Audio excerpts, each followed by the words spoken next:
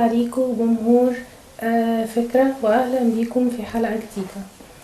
قبل طبعا أي حاجة وقبل أي كلام حابة أرحب بزميلي الإعلامي الأستاذ محمود الشاهد. أهلا بيك يا مرة منورة، وأهلا بيكم في حلقة جديدة من حلقات برنامج فكرة. طبعا زي ما انتم متعودين إن احنا في كل حلقة بنجيب فكرة مختلفة عن الحلقات اللي فاتت. النهاردة جايين بفكرة جديدة ما طلعتش قبل كده معانا، وإن شاء الله يعني تعجبكم. ولا يا مرة؟ لأن أساسا أنا من أول ما عملت البرنامج ده وسميته فكرة كان دايما شعاري هرجع أقوله فكرتنا النهاردة مستقبل بكرة، وفعلا الحلقة دي لايقة جدا على الشعار ده، لأن دايما بنشوف إن برضو بتتعدد قصص النجاح في الحياة عموما، بس في ناس بتكون دايما مصرة على الكفاح، وخصوصا الشباب، رغم ان ظروف الحياة الايام دي بتكون صعبة جدا. معانا النهاردة يعني شخص مميز بالنسبة لي ومميز بالنسبة للبرنامج، ليه قصة عايزين طبعا نسمعها، وهو مهندس معماري أستاذ مصطفى. منورني في الاستوديو. نورك يا أستاذ مرة، ربنا يخليكي، ونور أستاذ محمود. يعني أنا مرضتش طبعا أقول كل حاجة عنك، فأنا عايزة أعرف مين مصطفى. تمام، هو أنا مصطفى عبد الغفار، 21 سنة، طالب كلية التخطيط الإقليمي والعمراني جامعة القاهرة في الفرقة الثالثة. في نفس الوقت فاوندر لمكتب ام ديزاين. هو مكتب ام ديزاين ده مكتب افتراضي، شغل فريلانسنج. تمام، احنا عايزين برضو في البداية نعرف يعني ايه مهندس تخطيط عمراني، يعني وظيفته ايه؟ تمام، هو التخطيط العمراني عامة بيبقى مرتبط أكتر بحياة الناس، من أول ارتباطهم بالعمارة والمدينة وحركتهم فيها.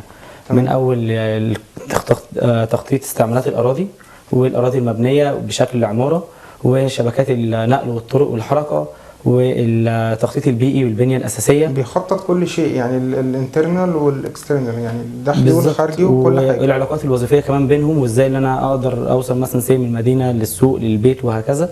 تمام. بشكل مبسط بحيث ان ادعم الحياة الاجتماعية والحياة الاقتصادية للمواطن. جميل. فهو ميكس بسيط كده بين الهندسة المعمارية والمدني.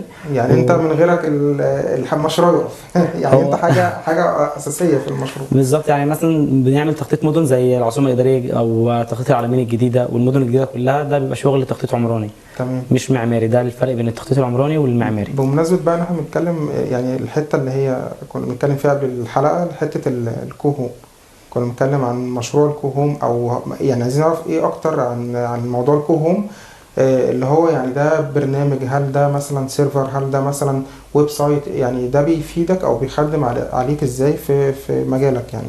تمام، هو الكوهوم عبارة عن سوفت وير وويب سايت في آن واحد. هو ناتج تحت شركة اسمها كوجين. كوجين دي شركة موجودة في ولاية شيزن في الصين. تمام. هي شركة كوجين عامة دي شركة رائدة في العمارة والاركتكت والفرنتشر والأساس والانتيريور ديزاين. بقى لها أكتر من 17 سنة في السوق، تحت منصتها في شركات كتير جدا، مقاولات ومعارض الأساس وهكذا.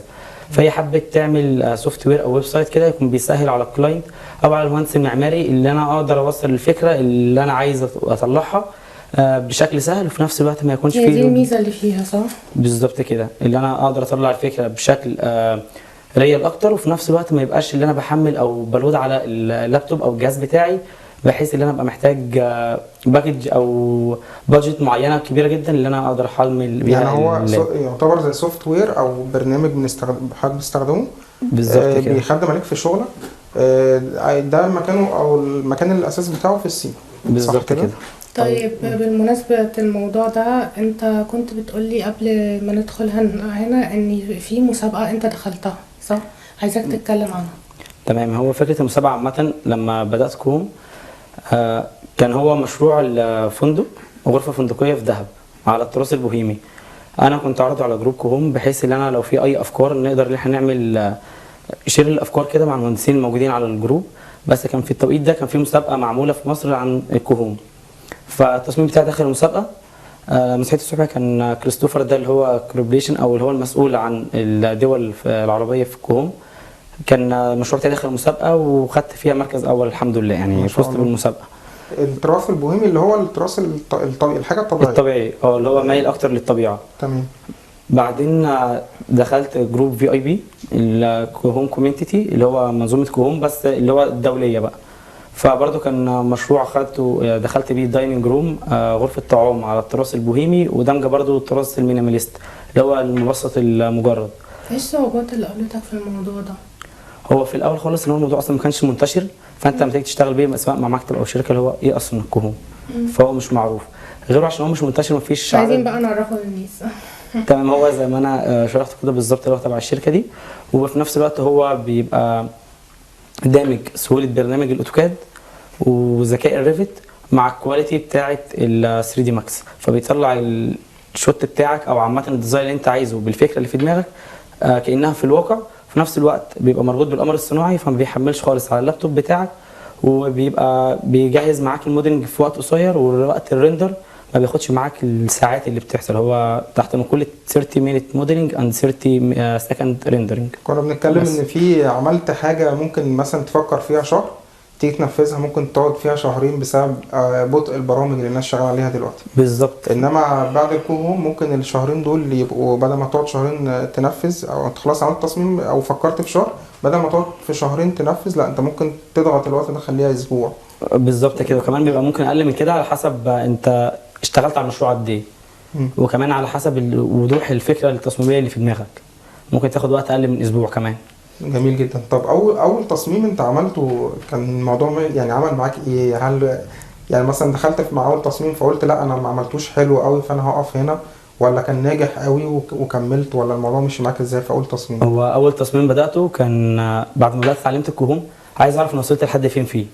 فعملت تصميم للليفنج روم افتراضي يعني مش لحاجه، بس كانت النتيجه بالنسبه لي ما كانتش مرضيه خالص. حسيت ان انا حاسس ان انت عندك احسن من كده. حسيت بس انت وريتوني هو كان حلو يعني، انا شفته يعني، كان انا بالنسبه لي انا شايفه حاجه كويسه او حاجه ناجحه. بس ما حسيتش ان هو بالمناسبه اصلا انت لسه في ثالثه كليه فلازم الناس تعرف كده يعني. فده كويس جدا يعني. انت في جامعه القاهره صح كده؟ كليه التخطيط. ما شاء الله. لسه سنه ثالثه. ثالثه. ما شاء الله عليك. يعني انت لسه بتدرس وبتدي تصميمات او في حاجات عندك بتنفذها على ارض الواقع، بتتنفذ يعني مش بتفكر وتصمم، لا هي فعلا بتتنفذ على ارض الواقع. مظبوط. كان في فيلا كنت عاملها في الامارات، وميديكال سنتر ده اخر مشروع كنت عامله في كندا. اللي هو في كندا. انا كلمتني عنه. هو الموضوع انا شفته بصراحه جميل جدا وما شاء الله يعني حاجه بروفيشنال يعني. انا كل ده هيتعرض اكيد في صور كل الداتا دي هتتعرض. في صور هتنزل ان شاء الله واحنا بنتكلم تتعرض بالشغل بالتفصيل. انا عايز بس ارجع لنقطه اول تصميم عملته اللي هو يعني حسيت ان هو لسه عندك احسن من كده. فحسيت اللي هو لا انت لسه ما بقتش كواليفايد او ما بقتش بروفيشنال كفايه في اللي انت تعمل بالبرنامج اللي انت هتدخل بيه. انا عايز اعرض اول تصميم ده بعد اذنك طبعا عشان الناس هي الناس مش متخيله قد انت يعني عملت حاجه انت مش راضي عنها. انا شفتها لا حاجه جميله جدا، حاجه محترفه مش حاجه كده اي كلام معمول. يعني من اول تصميم خرجت ان انا لا لازم عندي احسن، هكمل وهوصل لحاجه احسن من كده. بالظبط. فبدات ان انا اتعمق شويه في المجال واحده واحده لحد بدات اطلع تصميمات نسبيا بقيت راضي عنها. فده اللي دخلتني بقى في فكره المسابقه. يعني هي زي ما قلت لك دخلت مسابقتين. المسابقه الاولى بتاعت الفندق اللي على تراث البوهيمي، ده كان مسابقه مصريه. المسابقه الدوليه كانت عن اللي هو الدايننج روم تراث البوهيمي المانيست، كان قدام باشمهندس اسمه راكويل ده من بيرو.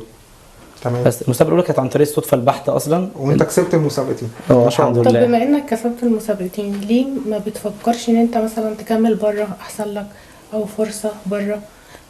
اصل ده بيكون احسن لاي شاب عموما يعني.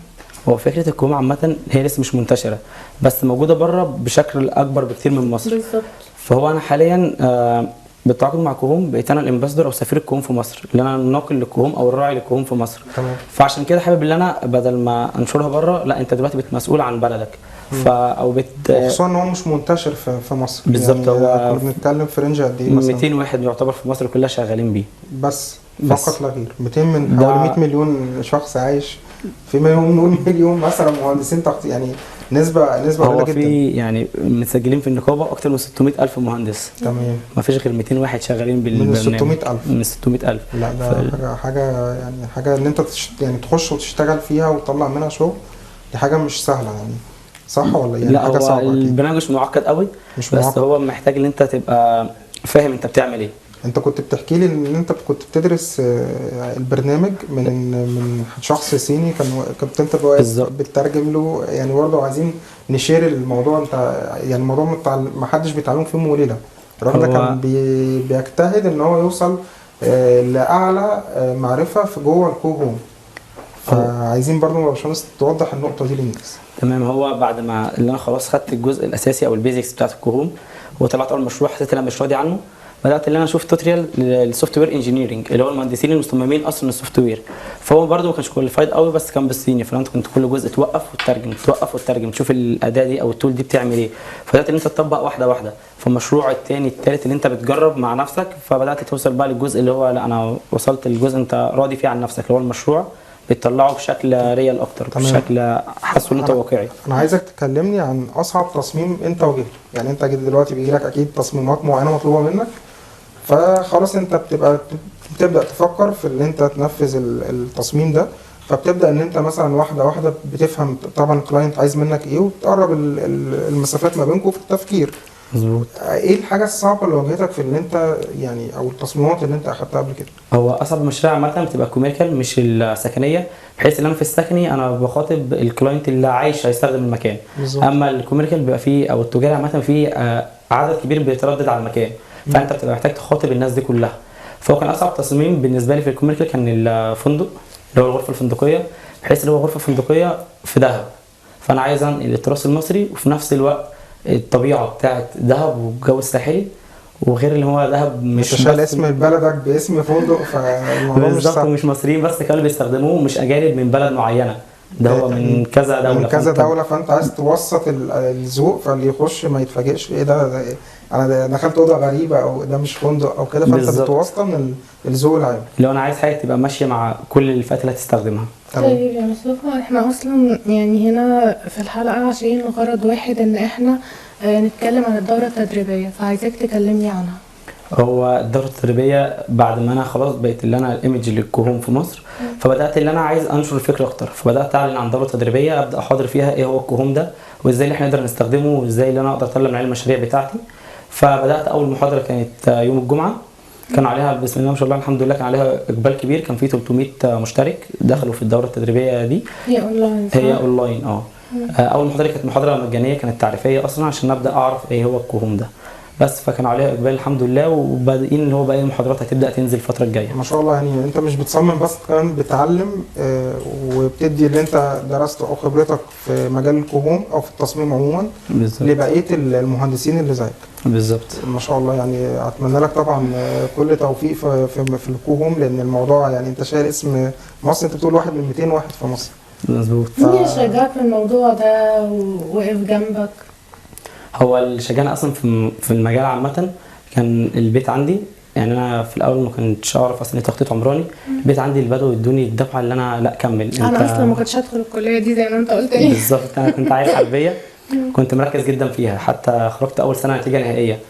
لما ما جات لي شوك كده، احبطت شويه وفتره اكتئاب، فما كنتش عايز حتى اخش امتحانات الكليه. فالبيت عندي لا فضلوا يشجعوني، انت لا خش شويه في الكليه، انت قدها، انت هتعرف تأدي فيها وهكذا. فبدات ان انا اخش مجال الكليه لحد ما حبيت مجالي الصراحه، واللي هو انت حسيت انت تعرف تأدي فيه. اما على الكهوم ذات نفسه فكان باشمهندس محمود يوسف، هو كان اول واحد اصلا عرفني هو الكهوم. اول لما سمع عن الكهوم عامه بلغني بيه، وحبيت ان انا اخد التجربه دي. هو في ابديتس، يعني انت كل شويه بتتعلم في حاجات بتتعلمها، تولز جديده بتتفتح بتسهل عليك المفروض الشغل اكتر. بالظبط كده. تمام. يعني احنا من هنا من برنامج فكره طبعا، يعني انا اول مره يعني نعرض حاجه زي كده. انا مبسوط ان انا يعني بقدم محتوى المره دي، لا محتوى مختلف عن بقيه الحلقات، وفي فكره جديده، في حاجه جديده اتقدمت. برضو من خلال الكوهوم، هل انت تقدر تصمم مباني؟ هل تقدر تدي تصميم لمبنى بس، ولا هو الموضوع مقتصر على الانترنال يعني؟ لا، هو الكوهوم حاليا يعني النكست ستيب بتاعته اللي هو هيكون اكستيريور كمان، بس هو حاليا مقتصر على الانتيريور واللاندسكيب. تمام. ما دخلش لسه، ما توغلش في جزء الاكستيريور. وبيتعامل مع افراد وشركات في نفس الوقت. افراد وشركات في كل حاجه. في كل حاجه، اي حاجه انت ممكن تقدر تصممه، اي فكره في دماغك، سواء بقى مبنى سكني، مستشفى، فندق، اي حاجه تقدر انت تصممها على حسب الفكره اللي في دماغك. شامل كل الاذواق يعني. بالظبط. تمام. طيب يعني في سنك ده وانك برضو صغير، عايزاك كده توجه رساله كده للشباب. هو يعني تحت مقولة وكل اعملوا فسوف يرى الله اعمالكم ورسوله هو المؤمنون. هو لكل مجتهد نصيب. يعني انا لما كنت جيت فتره كده لا انا فاشل، جات فتره احباط كمان مش هتعرف تعمل اي حاجه. كلنا بقى، ما هو ما فيش واحد بينجح غير لما يفشل مره او اتنين او تلاته، ويقوم ويكمل. بالظبط. ودخلت برضو في كذا مجال، حسيت برضو في كل مجال انت لا انت مش مجالك، ما لقيتش نفسك.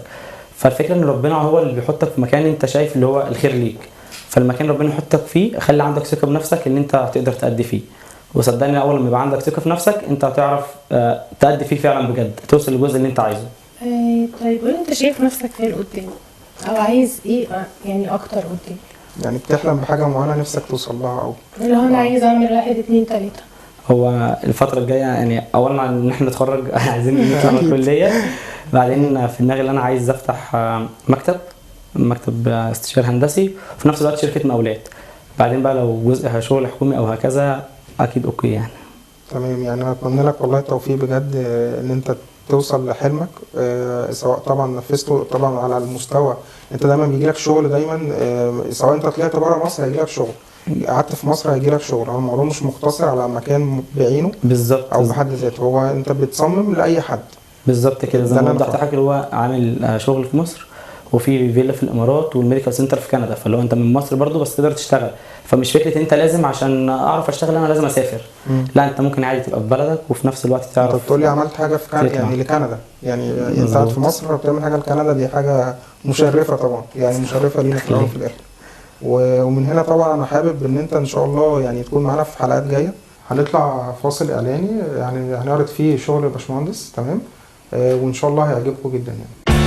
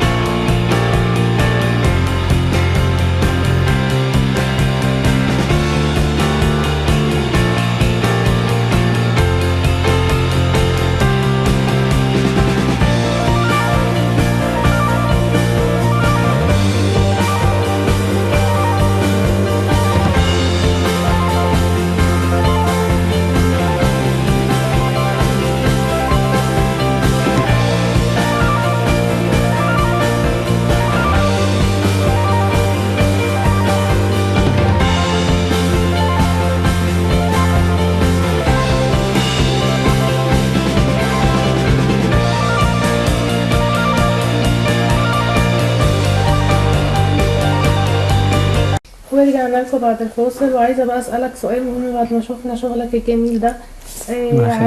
عايز توجه الشكر لمين؟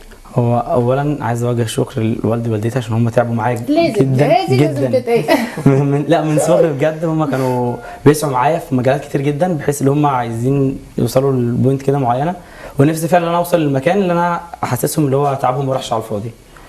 وبرده من عيلتي في ولاد خالتي اسلام ومحمد، عايز اشكرهم جدا عشان كانوا معايا في فتره اللي هي في فتره وانا خارج من حربيه، ما كنتش ناوي ان انا اخش الكليه ولا الامتحانات. هم فضلوا فعلا واثقين فيا وداعمين ليا. ازاي انت دخلت الامتحانات بقى شغلك؟ انت بتقول ما كنتش بحبه. هو لما بتلاقي نفسك ناجح في حاجه ودماغك متقبله حاجه غصب عنك تبدا تحبها. فانا لما دخلت الكليه حسيت فعلا ان زمايلي فارقين عني بشكل كبير جدا. انا قعدت اول ترم ما بروحش. هو انت فاكر اول تصميم عملته في حياتك ولا لا؟ اللي هو الليفنج روم اللي كان في هو ده كان اول تصميم اشتغلت بيه كانتيريور.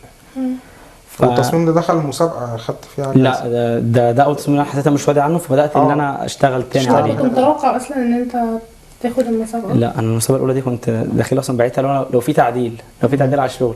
لقيت اصلا كانت فتره تقديم في المسابقه واتاخدت في المسابقه. يعني جت بالصدفه كده. اخدت كام في المسابقه؟ يعني كانت مسابقه شرفيه الاولى اللي هي بتاعت ده حاجه مصر دي. شرفيه طبعا. يعني احنا طبعا يعني نتمنى لك ان انت يعني تخش مسابقات اكبر من كده كمان. هي كانت المسابقه الثانيه كانت مسابقه عالميه صح؟ يعني ما كانتش على مستوى مصر. لا كان وخدت فيها مركز اول برضه. كان اللي كان بينافس قدامي فيها كان باشمهندس اسمه راكويل، كان من بيرو. من بيرو ما كانتش مصريه. جميل جدا. يعني مصر دايما يعني بتجيب يعني حد بيتفوق دائما وابدا في كل المجالات. وطبعا احنا معانا مجال النهارده يعني باشمهندس مصطفى تفوق فيه لدرجه ان هو دخل مسابقه عالميه وكسب مركز اول. فانا طبعا متشرف بيك جدا ان انت معايا في الحلقه النهارده. احنا ازاي نتواصل لو حد عايز يتواصل معاك اونلاين بقى؟ هو ممكن الارقام التليفون ننزله لحضرتك، ولينك البيج بتاع الفيسبوك، الاكونت بتاع الفيسبوك برضو، سواء كان البرايفت او البيج اللي انا اصلا اوريدي شغال بيها. نرجع بقى، عايزاك يلا تكملي موضوع الحربيه ده. دخلت الكليه لقيت زمايلي فارقين عني بشكل كبير جدا، واللي هو لا انت مش هتعرف تتواكب معاهم. بس فعلا كان في صحاب في الكليه اتعرفت عليهم عن طريق الكليه طبعا، كانوا اللي هو لا فعلا كانوا داعمين ليك، اللي هو سبورت ليك جدا، اللي هو لا ما بخلوش عني باي معلومه. كويس ده على فكره، رغم ان هو نفس مجالك، فاللي هو اصلا مجال ما تلاقي فيه حقد وكده. بالعكس كانوا حتى داعميني، حتى لما فيهم برضو واحد بيشتغل نفس شغلي نيجي نشتغل سوا، ما بلاقيه برضو بينزل شغلي بيعرض شغلي معاه، اللي هو لا ما فيش الحقد ده، اللي هو فعلا مش كل الناس موجوده في الموضوع ده. بالعكس بالظبط. فكانوا اليوم سبب رئيسي في اللي انا اكمل في الكليه يعني، واللي انا احبها او اللي انا اقدر ادي فيها. في نفس الوقت بقى زمايلي من مدينه 15 مايو تعبوا معايا جدا في فتره الاكتئاب دي اللي انا اطلع منها واللي انا اقدر اوصل للشغل ده. هم ما كانوش فاهمين مجالي وانا ما كنتش حابب ان انا ادخله، بس هم كانوا عايزين يشجعوني وخلاص. هم عايزين مصطفى يوصل لحاجه معينه، هم شايفين ان انت هتعرف تأدي فيها فحاول. فهو فعلا كلامهم كان دافع ليا ان انا اقدر ان انا ادخل في المجال. وزي ما قلت هو جاي بطريقه الصدفه، كان ممكن اصلا اللي هو ارميه، بس لقيت فعلا كلامهم بيشجعني. طب لا، طب جرب، طب اعمل، طب اعمل عشان تفرح فلان، طب اعمل عشان البيت عندك، لحد ما بقيت اللي انت وصلت المكانه بقيت انت فرحان ان انت فعلا عملت كده. هو يعني دايما النجاح عشان تصر على حاجه وتنجح لازم يبقى فيها استمراريه. يعني لازم تستمر في نجاحك، وان شاء الله اشوفك ناجح دايما في مجالك. وبره بعد ما تخلص طبعا يعني اتمنى ان انت ما تطلعش بره. يعني بره لا، احنا عايزين مصر تستفيد بيك اكتر. احنا الموضوع مش مقتصر على مكان بس، يعني وجودك في مصر وسط مثلا اصحابك وسط الناس اللي بتدعمك هيبقى الموضوع مختلف شويه. هيفرق كتير فعلا. بالظبط زي ما حصل انت وقت كان دروب بالنسبه لك، فخلاص لا انا ان شاء الله لو يعني وقعت في حاجه لا قدر الله هو في حد بيبقى داعم لينا. ده هو اخر فتره اصلا دروب دي كانت قبل مسابقتكم بالظبط. كنت لسه في فتره كده كان في مشاكل حصلت، وحد كان المفروض سبورت قوي ليا جاي مش هتنجح وبقابلني لو مش عارف بلاش الكلام ده. المحبطه دي لا دي تبعد عنها. رغم ان هو كان سبورت قوي بالنسبه لي، كان حد مهم جدا في حياتي، فقفل خالص الدنيا. فبداوا اللي هم اصلا بقى اصحابي اللي هم يدعموني اللي انا ابدا اشتغل تاني خالص بقى. الناس دي تبقى طاقه سلبيه ماشيه على الارض. يعني انت لازم اي حاجه هيستناها انت وقعت فيها لا طب دي لا سيبها، بدل ما يقول لك لا كمل لا سيبها، فانت مش هتتوقع ده منه. بالظبط، اللي هو كلام اللي هو مش انت المفروض انت اول واحد تدعمه. بالظبط. الفكره الكلام اللي كان بيتقال لك اللي هو انت مفكر نفسك هتوصل، انت تفكر نفسك حاجه، فلو طب ما انا كده مش هعمل. فعلا بتوصل يعني عم يتقال لك كلام بجد دايما ده دايما بيحصل معانا في حياتنا العمليه، مش شرط في مشروع او في شغل. بيجي حد كده يقول لك لا انت الحته دي انت مش مظبوطه قوي. يعني بينسى حاجات كتير قوي بتبقى انت تعبت فيها ونجحت فيها، وجي عند حاجه صغيره انت وقعت فيها يقول لك لا انت هنا محتاج تظبط الدنيا شويه او يقف لك على الحته دي يقول لك لا ما تكملش. خلاص حسيت ان ساعتها فعلا اللي هو من غير الشخص ده انت خلاص الدنيا وقفت قدامك، انت مش هتعرف توصل. بس صحابي هم اللي خلوا لي حته الاحباط دي تتقلب عندي. طب ما تجرب، افرض نجحت يبقى انت اثبتت لنفسك اللي انت مش هتنجح بيه، انت عرفت تنجح من غير. عشان هو كان فعلا بياخد معاه خطوات كده سبورت شويه، فمره واحده وقفت لو انت مش هتوصل، مش هتعرف تعمل حاجه من غيري. كان في مثل كده بيتقال بيقول لك دايما في ناس بتقعد تدعم الفاشل حتى ينجح، الناجح بيقعدوا يحاربوا فيها عشان يفشل. بالظبط. فانا اتمنى ان انت تفضل ناجح وما تتاثرش باي كلام يتقال. ربنا يوفقك يا رب، ربنا يوفقك بجد، ويعني تكون الاحسن والاحسن يا رب. يا استاذ مروه شرفتني. شرف ليا انا، وسعيد جدا ان انا طلعت معاكم بجد. احنا اسعد بيك، وان شاء الله نستناك في حلقات جايه ان شاء الله. نعرف بقى الابديتس الجديده للكوهوم. بالمناسبه اختصار كوهوم هي هي سي دبل او هوم صح كده؟ بالظبط كده. اختصار لايه برضو عايزين نعرف؟ هو كوردينيشن هوم، اللي هو انت ازاي اقدر اعمل الكوردينيشن للمنزل بتاعي، اللي هو تصميم عامه كامل لكل حاجه. تمام. انت بتعمل تصميم فيه من اول ال2 دي، اللي هو انت بترسم المسقط الافقي للفراغ بتاعك، بتبدا تعمل 3 دي وتحط الماتيريال والتشطيبات بتاعتك واللي انت شكله هيبقى تخيله عامل ازاي. بالاضافه ان انت بتعمل كمان لوح الشوب دروينج اللي هي بتنزل المقاول عشان يتنفذ، بتعمل بيل اوف ماتيريال اللي انت بتطلع مستخلصات وحصر كميات للحاجه بتاعتك باسعارها بالاماكن اللي انت بتجيبها منها عشان تقدر ان انت تسلمها، بحيث ان انت قدامك المشروع كامل اللي هو يبقى واقف على التنفيذ بس. فدي عامه الاختصار بتاعه وفكره كده. اتمنى ان شاء الله يعني ان شاء الله مروه نجيبه في حلقه جايه نعرف الابديتس الجديده. شرفتني ونورتني. شرف ليا. كان معكم مروه احمد ومحمود الشاعر من حلقه من حلقات برنامج فكره، وان شاء الله نشوفكم على خير دائما وابدا. اشوفكم على خير ان شاء الله. الى اللقاء. مع السلامه.